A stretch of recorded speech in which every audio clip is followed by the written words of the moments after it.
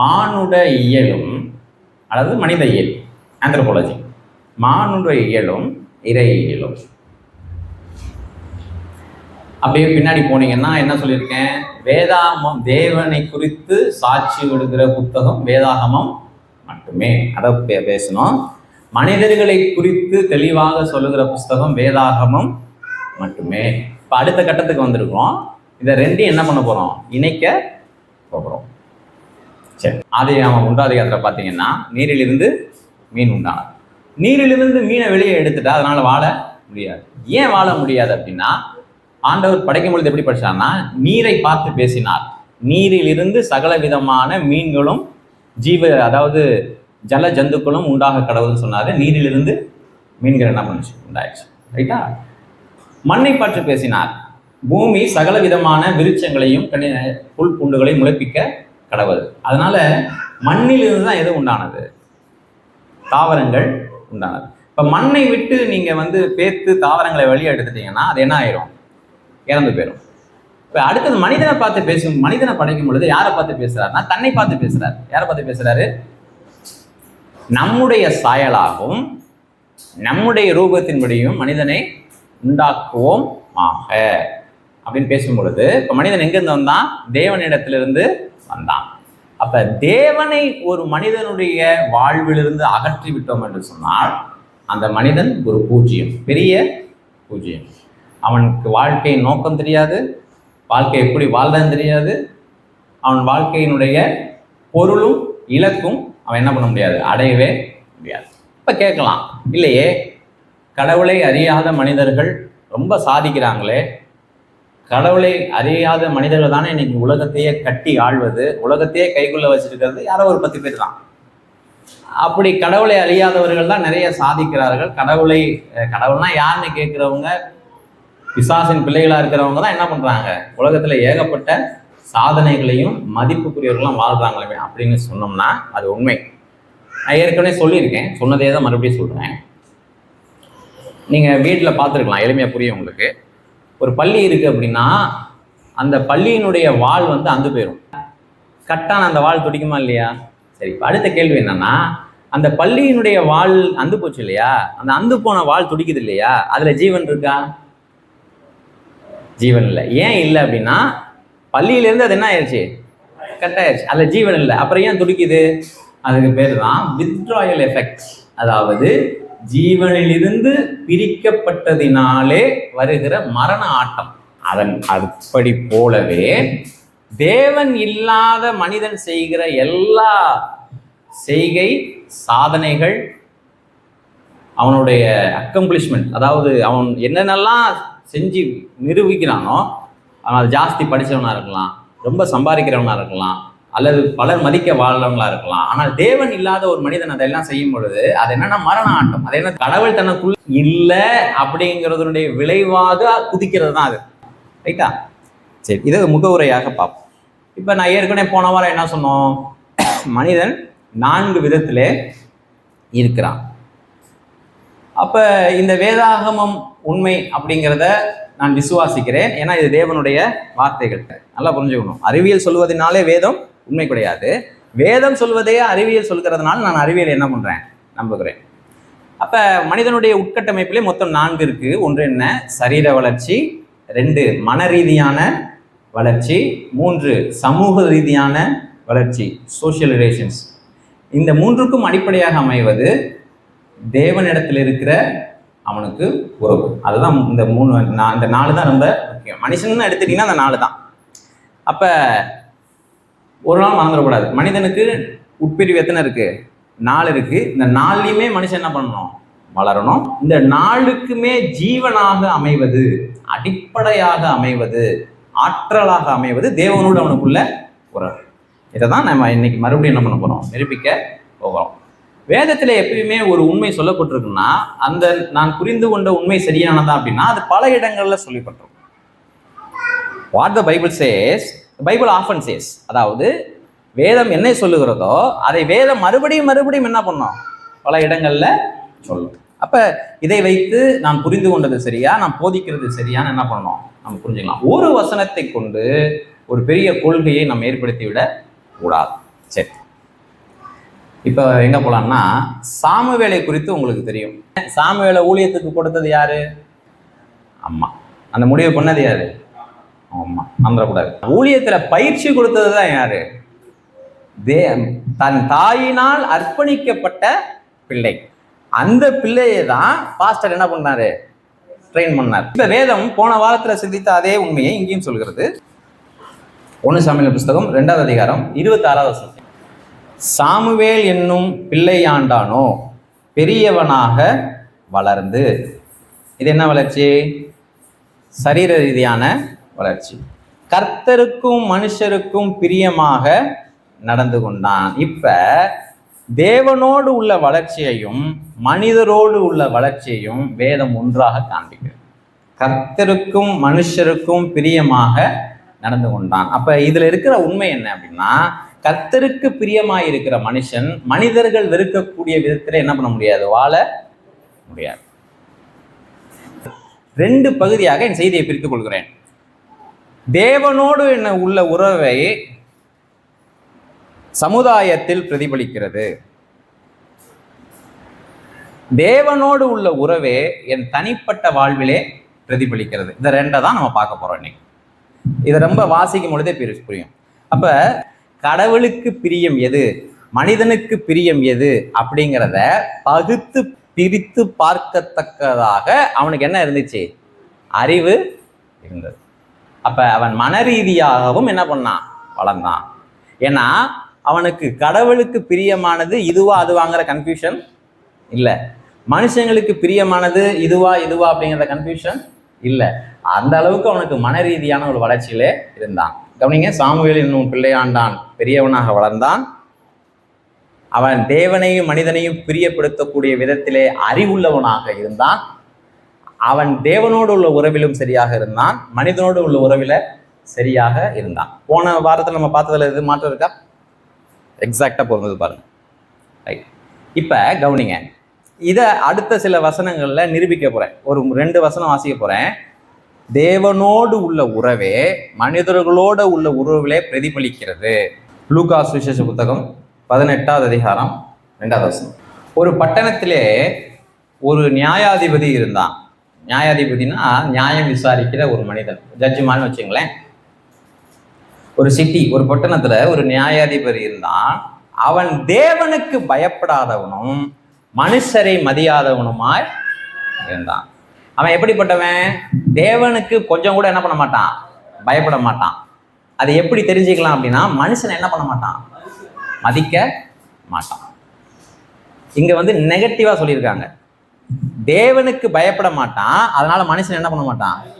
மதிக்க மாட்டான். இப்ப மனுஷனையே மதிக்காத, வயதானவர்களுக்கு முக்கியத்துவம் தராத, கனம் பண்ணாத ஒரு ஆள் கண்டிப்பா யாராதான் இருக்கணும்? தேவனுக்கும் பிரியமானதான். அப்படின்னா இதே காரியத்தை பைபிள் வேற எங்கேயோ சொல்லியிருக்கணும். பைபிள்ல சொல்லுகிற உண்மைகள் எல்லா இடத்துலையும் எக்கோ ஆகும். எல்லா புத்தகத்திலையுமே அதனுடைய அந்த சத்தத்தை கேட்கலாம். லேவியராகமத்தின் புஸ்தகம் 19வது அதிகாரம் 32வது வசனம். நரைத்தவனா யாரு? கிழவர்கள், வயதானவர்கள். நரைத்தவனுக்கு முன்பாக எழுந்து முதிர் வயது உள்ளவன் முகத்தை கனம் பண்ணி, கமா இருக்கா? நரைத்தவனுக்கு முன்னாடி என்ன பண்ண? யாரு? ஒரு வயதானவர் வரும் பொழுது, நரைத்தவர் வரும் பொழுது, முதிர் வயது உள்ள வரும் பொழுது எந்திரிச்சு யாருக்கு மரியாதை கொடு?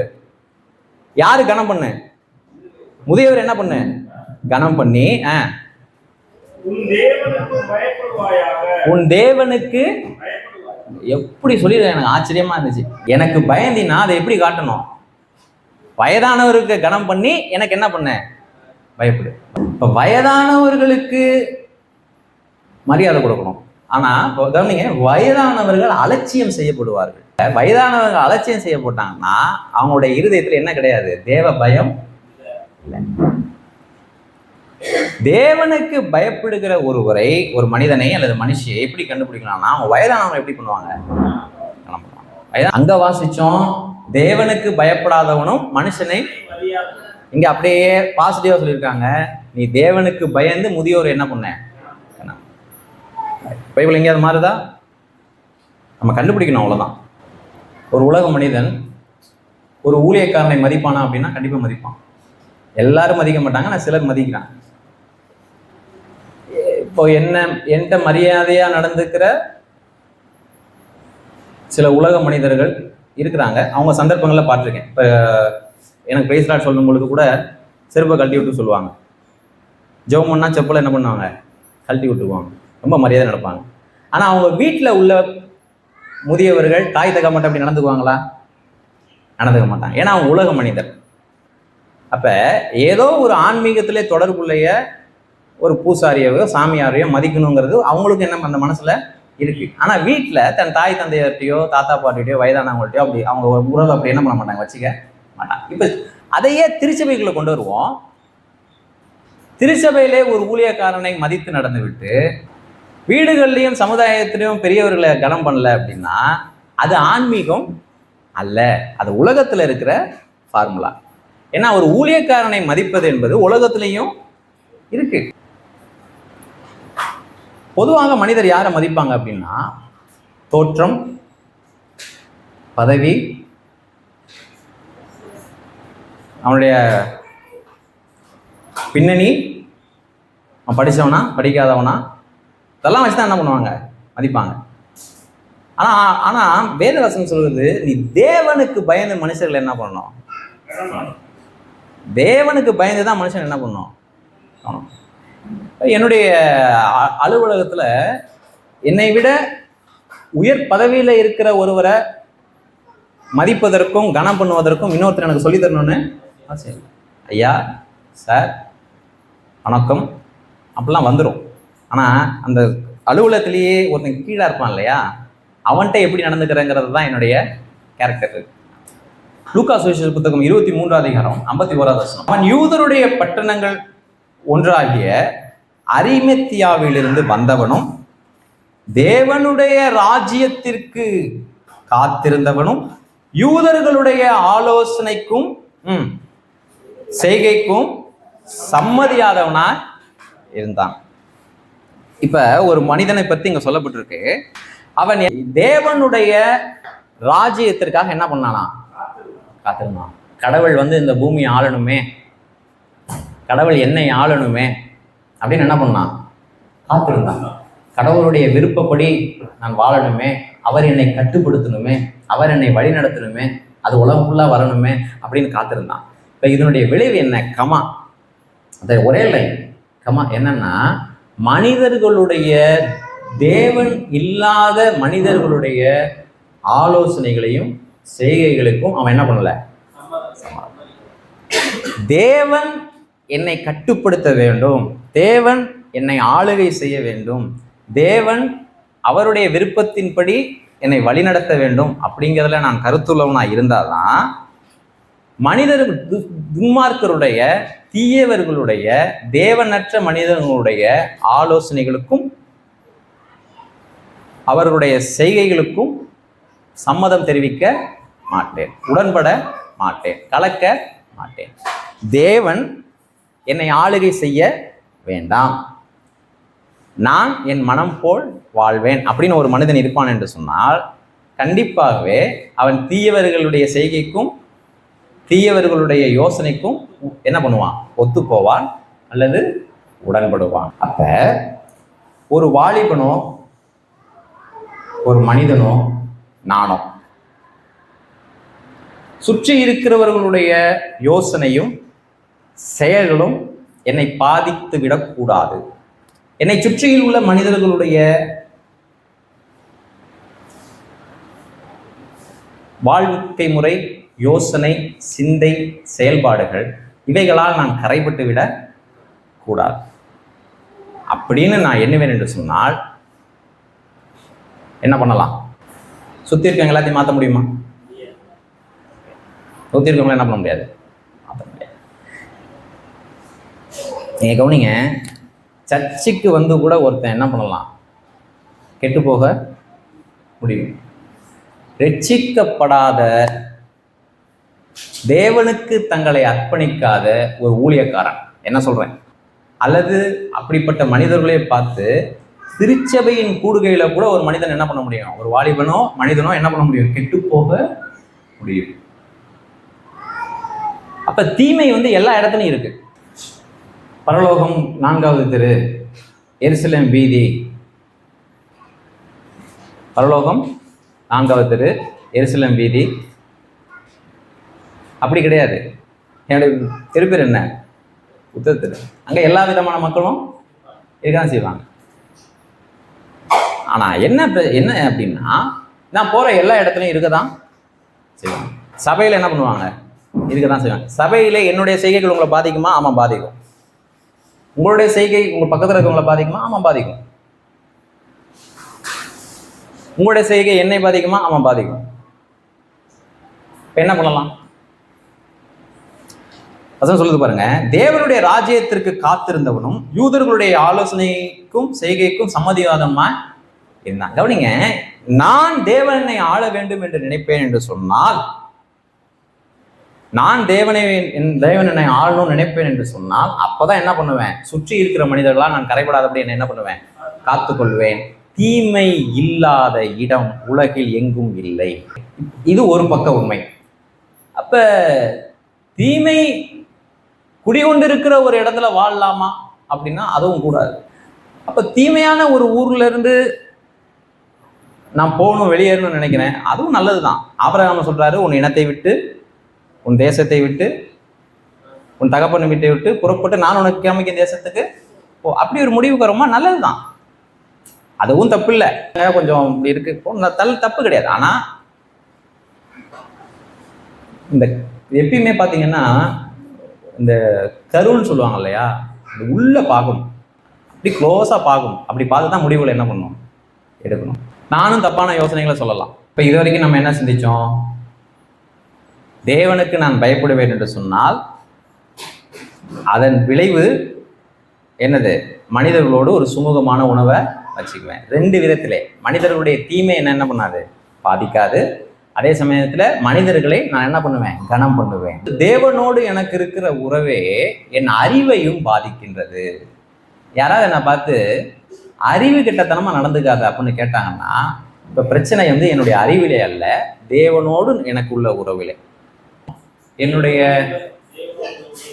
அறிவிலே பிழை இருக்கும் என்று சொன்னால் என்ன கிடையாது, என் அறிவில என்ன பண்ணக்கூடாது, டீல் பண்ணக்கூடாது. எதை டீல் பண்ணணும், கடவுளோட உறவை. ரைட். இப்ப அறிவுன்னா என்னன்னு வேதம் சொல்லுவார். இயேசு கிறிஸ்துவானவர் மனுஷ தயவிலும் வளர்த்தியிலும், அப்புறம் என்ன, தேவ கிருபையிலும், அப்புறம் மனுஷ தயவிலும், அப்புறம் என்ன, ஞானத்திலும் அதே அதிகமா என்ன பண்ணாது, வளர்ந்தார். வசனங்களை மனப்பாடம் பண்றது ஒரு தவிர்க்கவே முடியாத முக்கியமான ஒரு அம்சம். வேதம் அறிவு அப்படின்னு எதை சொல்லுது அப்படின்னா,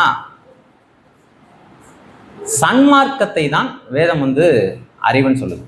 இது கடவுளுக்கு பிரியமா இல்லையா அப்படின்னு யோசிக்கக்கூடிய திறன், அதை தான் அறிவுன்னு சொல்லுது. இப்ப ஒரு வேத பகுதி உங்க எல்லாத்துக்குமே பரிச்சயமானது தான். ஏசாயா தேவாலயத்துக்கு போறாரு, உயரமும் உன்னதமான சிங்காசனத்துல யார் வீற்றிருக்கிறத பார்க்கிறாரு, சாட்சாத் அந்த கடவுள் வீற்றிருக்கிறத பார்க்கிறார். பார்க்கும் பொழுது டக்குன்னு அவர் அடுத்தது எதை பார்த்தாரு, ஐயோ அசுத்த உதடுகள் உள்ள மனிதர்கள் நடுவிலே வாசமாய் இருக்கிறேன். கடவுளுடைய இருப்பிடத்திற்கு போய் கடவுளை பார்க்கும் பொழுது டக்குன்னு அதுக்குள் அந்த அனுபவத்தை எப்படி தனக்குள்ள பெறுறாரு, ஐயோ எனக்கு உடம்பெல்லாம் சிலுத்து போயிருச்சு, ஐயோ எனக்கு முடியெல்லாம் அப்பப்பப்பா அப்படியே உடம்பெல்லாம் ஜில்லுன்னு ஆயிடுச்சு, அப்படியே நான் எங்க இருக்கேனே தெரியல, அப்பப்பப்பா அதை சொல்லவே முடியாது. அப்படி இல்லை. ஏன்னா ஏசாயா பெற்றுக்கொண்டது உண்மையான அனுபவம். இயேசு எப்படி இருந்தார், அவருடைய முகம் எப்படி இருந்தது, அதெல்லாம் அவர் சொல்லல. கவனிங்க, இதோ உயரமும் உன்னதமான சிங்காசனத்தில் தேவன் வீற்றிருக்கிறத பார்க்குறாரு. பார்த்த உடனே அந்த அனுபவம் எப்படி தனக்குள்ள வருது, அவருக்குள்ள எப்படி அந்த அனுபவம் வருதுன்னா, டக்குன்னு தன்னை பார்க்குறாரு. ஐயோ நான் அதமானேன், அசுத்த உதடுகள் உள்ள மனிதர்கள் நடுவில் நான் எப்படி இருக்கிறேன். தேவனுடைய இருப்பிடத்தில் இருக்கிற மகிமையை பார்த்த பொழுது அவரை டக்குன்னு தன்னுடைய இருப்பிடத்தில் இருக்கிற அவலட்சணத்தை, தன்னுடைய நண்பர்கள் வட்டாரத்தை, நான் யாரோடு நிறைய நேரம் செலவிடுகிறேனோ, யாரிடத்தில் பேசுவது இன்பமாக நினைக்கிறேனோ அந்த பேச்சுக்கள் எல்லாம் அசுத்தமானது. இந்த அறிவை எங்க பெற்றுக்கிட்டார் அப்படின்னா, தேவாலயத்திற்கு செல்லும் பொழுது. எப்படி நம்மளுக்கு பொருந்தும் அப்படின்னா, தேவ சமூகத்திற்கு போகும் பொழுதுதான் என்ன ஆகும்னு கேட்டீங்கன்னா, நான் யாரோடு வாசம் பண்ணுகிறேன் கண்டுபிடிக்க முடியும். ஏசாயா அந்த பகுதி எடுத்து வாசிக்கலாமா? 6வது அதிகாரம் நினைக்கிறேன். உசியா ராஜா மரணம் அடைந்த வருஷத்திலே ஆண்டவர் உயரமும் உன்னதமான சிங்காசனத்தின் மேல் வீற்றிருக்க கண்டேன். ஏசாயா யாரை பார்க்கிறாரு? கடவுளை பார்க்கிறார். சேராபீன்கள் அவருக்கு மேலாக நின்றார்கள். சேராபீன்கள்னா தூதர்களின் ஒரு வகை. அவர்களில் ஒவ்வொருவனும் அவ்வாறு செட்டைகள் இருந்தன. அவனவன் 2 செட்டைகளால் தன் முகத்தை மூடி, 2 செட்டைகளால் தன் கால்களை மூடி, 2 செட்டைகளால் பறந்து ஒருவரை ஒருவர் நோக்கி, சேனைகளின் கர்த்தர் பரிசுத்தர் பரிசுத்தர், பூமி அனைத்தையும் அவருடைய மகிமையால் நிறைந்திருக்கிறது என்று கூப்பிட்டு சொன்னார். கூப்பிடுவருடைய சத்தத்தால் வாசல்களின் நிலை எப்படி? ஆலய புகையினால், புகை போடல அங்க ஏற்கனவே என்ன புகை போடல. அப்பொழுது நான் ஐயோ அதமானேன். அதமானேன்னா மண்ணா போனேன்னு அர்த்தம். நான் அசுத்த உதடுகளில் உள்ள, இவனுக்கு யார் இதை சொன்னது? உன் பேச்சு சரியில்லைன்னு இவனுக்கு பிரசங்கித்தது யார்? தேவ சமூகத்துக்கு இவன் போறான், இவனுக்கா என்ன பண்ணுது தெரிய வருது. நான் அசுத்த உதடுகள் உள்ள மனிதன், நான் இந்த அறிவை எப்படி பெற்றுக்கிட்டான்? தேவ சமூகத்திலிருந்து பெற்றுக்கிட்டான். இப்ப தன்னை பற்றின அறிவு, தன் பேச்சு எப்படி இருக்குங்கிற அறிவு, இதை எப்படி பெற்றுக்கொண்டான்? தேவனிடத்திலிருந்து. அப்படி சொல்லிட்டு அடுத்த சொல்ற பாருங்க, ஐயோ நான் அதமானே, நான் அசுத்த உதடு உள்ள மனுஷன், அசுத்த உதடு உள்ள ஜனங்களின் நடுவில் எப்படி இருக்கிறேன்? வாசமாய் அங்கதான் குடியிருக்கிறேன். இப்ப தான் எங்கு பழகுறேன், யாரோடு பழகுறேன், யாரோடு ஐக்கியமா இருக்கிறேன், யார் நடுவுல இருக்கிறேன், அடுத்து அந்த அறிவு அவனுக்கு என்ன பண்ணுது? என் நண்பர்கள் சரியில்லாதவர்கள், என் சகவாசம் சரியில்லாதது. இந்த அறிவை எப்படி பெற்றுக்கிறாரு? தேவனை குறித்த அறிவு, பரிசுத்தர் அப்படிங்கிற அறிவு அந்த மனுஷனுக்கு வரும் பொழுது தன்னுடைய அசுத்தத்தை அந்த மனிதன் உணர்கிறான். அடுத்தது தன் எங்கு இருக்கிறேன் அந்த மனிதர்களுடைய தீய அசுத்தங்களையும் பாவங்களையும் என்ன பண்றான்? உணர்றான். ரைட்? இப்ப இந்த அறிவு, இந்த 2 அறிவு எங்க இருந்து வந்துச்சு? தேவன்கிட்ட இருந்து தான் வந்துச்சு. சங்கீதங்களின் புஸ்தகம் 53:1,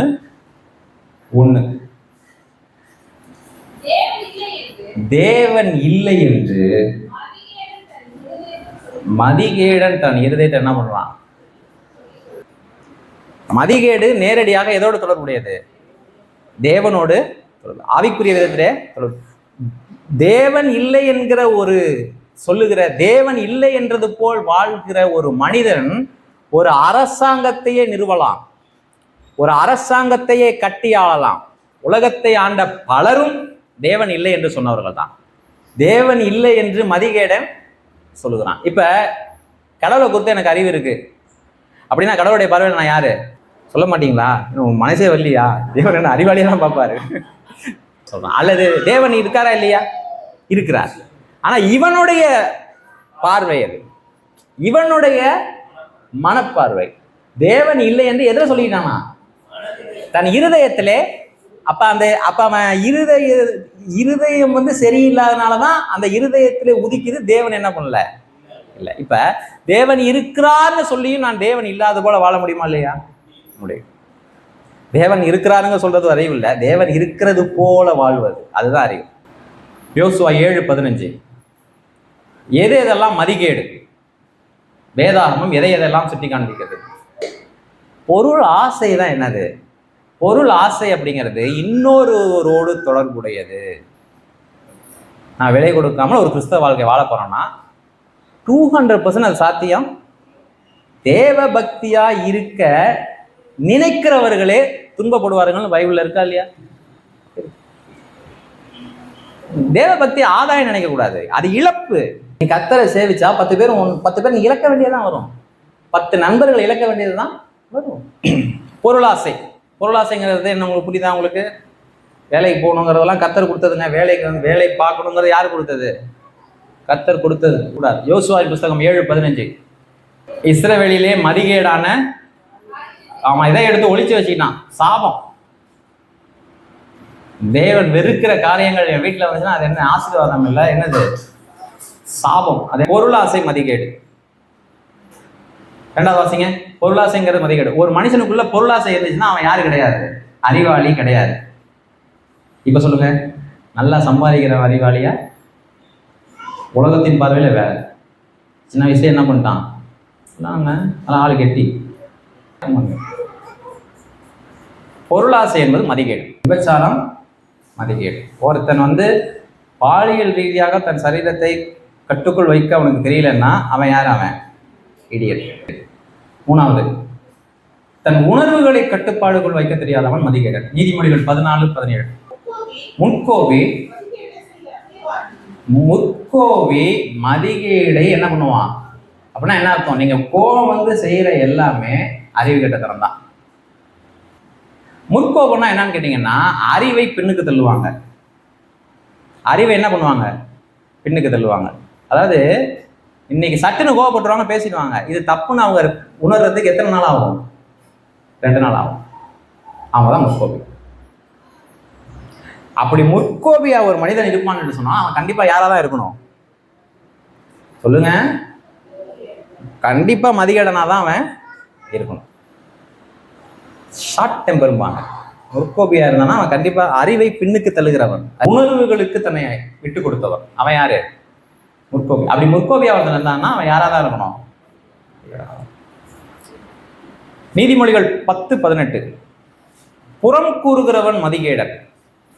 வல்லன்னு பேசிக்கிட்டே இருப்பாங்க. அந்த மாதிரி ஆட்களை பார்த்தீங்கன்னா எச்சரிக்கையா இருங்க. அவங்க கண்டிப்பா அவங்களுக்கு புறம் கூறுகிற பழக்கம் இருக்கும். ஏன்னா அவங்க வார்த்தையில எப்படிப்பட்டவங்க கிடையாது, கட்டுப்பாடு உள்ளவர்கள் கிடையாது. ஃபோன்ல பேசுவாங்க, நேரில் பேசுவாங்க, ஃபோன்ல பேசுவாங்க. அவங்களால அப்படி இருக்க முடியாது. புறம் கூறுதல் என்னன்னா பிறருடைய நன்மதிப்பை கெடுக்கும் வண்ணமாக பேசுவது, நடந்ததை சொல்லுவது அல்ல. காசிப் அப்படிங்கிறது மதிகேடான விஷயம். அப்படிப்பட்ட நபர்கள் அவங்க உண்மையை அடக்கி வைக்க முடியாது, அறிவற்றவர்கள். நான் மறுபடியும் சொல்றேன், நடந்ததை சொல்லுவது புறங்கூறுவது அல்ல. என்கிட்ட என்ன நடந்துச்சுன்னு கேட்டீங்கன்னா நான் சொல்லுவேன். நீங்க என்கிட்ட நடந்ததை சொல்றீங்க, புறங்கூறுவது இல்லை. ஒரு ஆன்மீக திருத்தத்தை கொண்டு வர வேண்டும் அப்படிங்கிற நோக்கோடு ஒரு தவறை சுட்டி காண்பிக்கிறீங்க, அது என்ன கிடையாது? தப்பு கிடையாது. நோக்கம் சரியாக இருக்கும் என்று சொன்னால் நம்ம சொல்கிறது என்னவா இருக்கும்? கர்த்தருக்கு பயந்துட்டு அவங்க பேசும்போது யார் கேட்பாராம்? கர்த்தர் கேட்பான். ஏன்னா அது கேட்குற மாதிரி இருக்கும். நான் சொல்றேன், பயந்தவன் பேசுறதையும் கேட்கிறாரு, பயப்படாத பேசையும் கேட்கிறாரு. உங்களுக்கு தெரியுமா, ஒவ்வொரு வார்த்தைக்கும் என்ன கொடுக்கணும்? எண்ணி பேசுவான். அவன் தான் நீதிமான். எங்க பேசினான் என்ன பேசுவான்? நல்ல பிரசங்கம் பண்றவன் நீதிமான் கிடையாது, நம்பிடாதீங்க. வார்த்தையின் மீது கட்டுப்பாடு உள்ளவன். நீவே மன்னிப்பு கேளுங்க அப்படின்னு சொன்னான். ரைட். புறங்கூறுகிறவன் யாரு?